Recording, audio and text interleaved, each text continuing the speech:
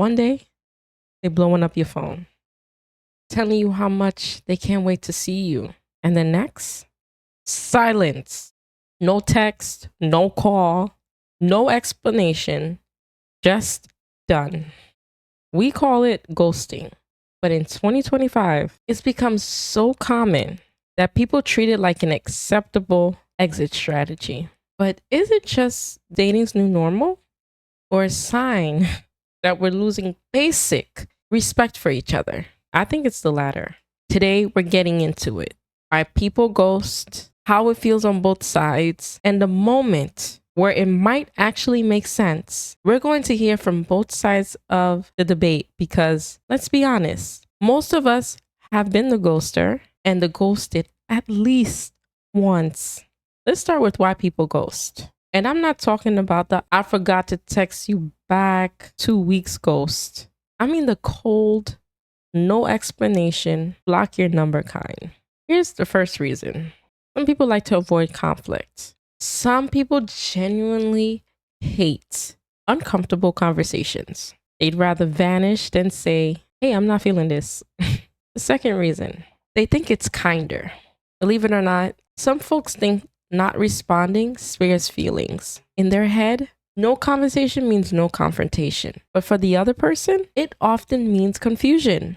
Here's the third reason, convenience. This one's big in the era of dating apps. When you have 10 other matches lined up, it's easy to treat people as replaceable. Not right, but it happens. Now let's talk about the ghosties, the ones that have been ghosted. Now, the first thing that comes up is confusion. You start replaying every conversation, wondering what you did wrong. And there's self-blame, even though most of the time, it's not even you. It's not even about you. And finally, frustration. Not just at them, but at the fact that someone couldn't give you a basic explanation. The hardest part about ghosting isn't the person leaving, guys. It's the lack of closure. You don't know if they lost interest, met someone else, or got abducted by aliens. Nobody freaking knows. And that unknown messes with people's confidence. Now, before we start throwing stones, let's be fair. Ghosters have feelings too. Sometimes ghosting comes with guilt. You think about sending that, hey, sorry for disappearing text, but it's been so long, you feel awkward. Other times there's relief though, especially if the situation felt unsafe, controlling, or overly intense. This is where the debate gets interesting because not every ghost is cruel. Some are self-protection, some boundary enforcement, and some are just laziness. I'm just gonna say it. And we have to be real about that.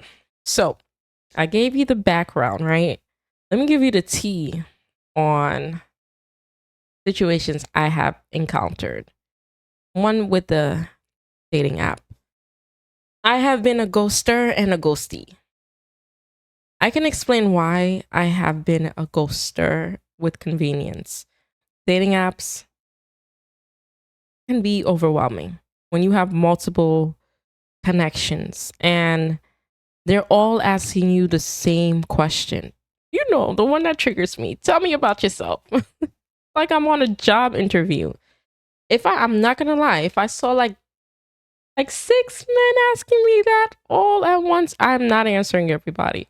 I'm more than likely might answer the one that recently responded to me. That's not like, I'm just being honest. And then copy and paste conversations get very annoying for me, so I end up not responding. I do get that. It's not like a malicious thing, it's just convenience, you know? When you have so many connections on these apps, it gets overwhelming. That's why sometimes my messages would be delayed on, with me responding. And I would notice like some of these men who are very persistent would double message me and be like, hey, how are you? Just checking in. I appreciate those. I'm not that girl though. I've been ghosted and I'm like, this conversation was going so well. To me, it didn't feel like a copy and paste. And then you just stop responding. And it was just like, what the hell? What happened here? Me, I wouldn't really double text though, but I'd just be like, it's a loss. What can I do? So the dating apps have made it very, very convenient for people to ghost. The other set of ghosting that I've experienced is when you're in the texting stage now. So you've left the dating app, you've gone to text, call, FaceTime, whatever. You think conversations are going good. You send a text, they don't respond back until days later with a hey. You respond, hey back. No answer. Couple days later, and I'm just like, yo, what are we doing here? Because like I don't want to be playing these games. And then the favorite one that triggers me. You know you haven't responded back. Why are you texting me, hey stranger? I cannot be the only woman that looks at that message and be like, really? Like, you can just say, hi, how are you? I'm sorry. I've been a bad communicator.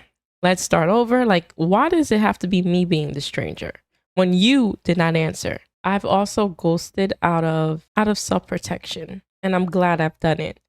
Hinge now has this update, or they'll send you an email and let you know that we've deleted this person's account because of fraudulent activity or things of that nature.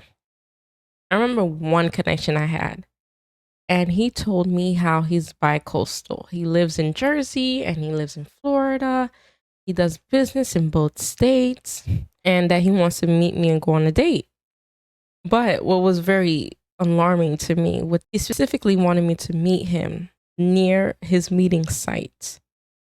And I'm like, okay, like that's kind of weird. Like, why does it have to be there? But then shortly after that, I don't remember, I just stopped responding. And then I got an email from Hinge that they blocked him. So I knew it was fishy. Like, it was just weird. So like I mentioned, there are reasons why. So there are a few situations where ghosting might be the safer option. You know, for me, example was safety concern.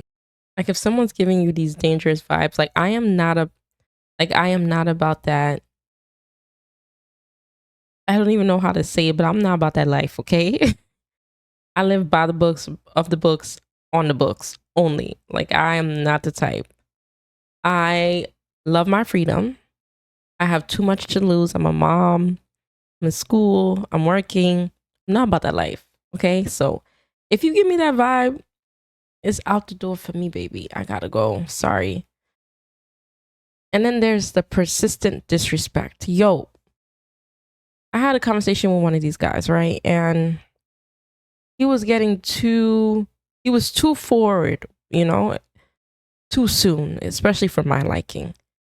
And I called him out on it, not in an argumentative way. I wasn't yelling. You know, I expressed how I felt with this tone that I'm talking to you right now. And then we got to texting. I don't remember exactly, but like I mentioned, I'm a mom. So sometimes I'm not going to be able to respond within seconds. And he was not liking the fact that I was not responding as fast as he would like. I just remember him saying, "You taking too long to respond. Let's just be friends." And I said, respectfully, I don't want to be friends. Because if you can't understand that I'm not purposely not responding back and you expect a response right now, I'm cool off that. And he's like, "Oh, if that's going to make you feel happy, then go ahead." I'm like, okay. So I deleted him. I deleted his number and that was that. But then after that, he want to resurface. And you know what? Let me not even get into that. Let's just wait for the live for me to give you all the tea about that and why a lot of women end up in these toxic relationships. Because I'm gonna stop. Let me stop. Anyways, the next situation would be very short connections. You know, like if you've only exchanged a couple of messages, you've met somebody else and you've had a deeper connection with them, I think it's socially acceptable to just disappear. Like, what is there to talk about now? We're not talking anymore. You living your life, I'm living mine. There's no need for me to go and message you and be like, hey, this is not going to work. We both know it's not going to work. So ghosting really isn't always black and white, you know. Sometimes it's about self-preservation. Sometimes it's about avoiding drama. And sometimes, truthfully, it's just about not wanting to deal with the emotional labor of explaining yourself. The truth, guys, most ghosting could be avoided though. if we were just a little braver. You can end something without a long explanation, like a simple text. It's like, hey, I don't think we're our match, but I wish you the best. Or I'm not feeling this connection. It was nice to get to know you. It's short, it's clear. It gives the other person closure. And trust me, most people will respect you more for being upfront. So here's where we land. Ghosting has become part of modern dating. For some, it's cowardly. For others, it's necessary. But I do want to hear from you. Is ghosting ever okay?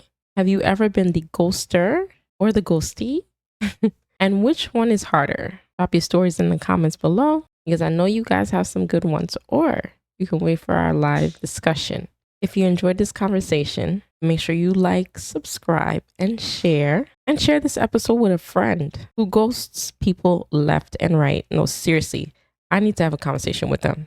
And hey, if you're watching on YouTube, hit that bell so you don't miss my next deep dive. Thanks for hanging out with me today. Until next time, let's keep dating with a little more honesty and a little more kindness. And let's continue to drink water, guys. It's good for your skin, your health, your hair, everything. Stay blessed.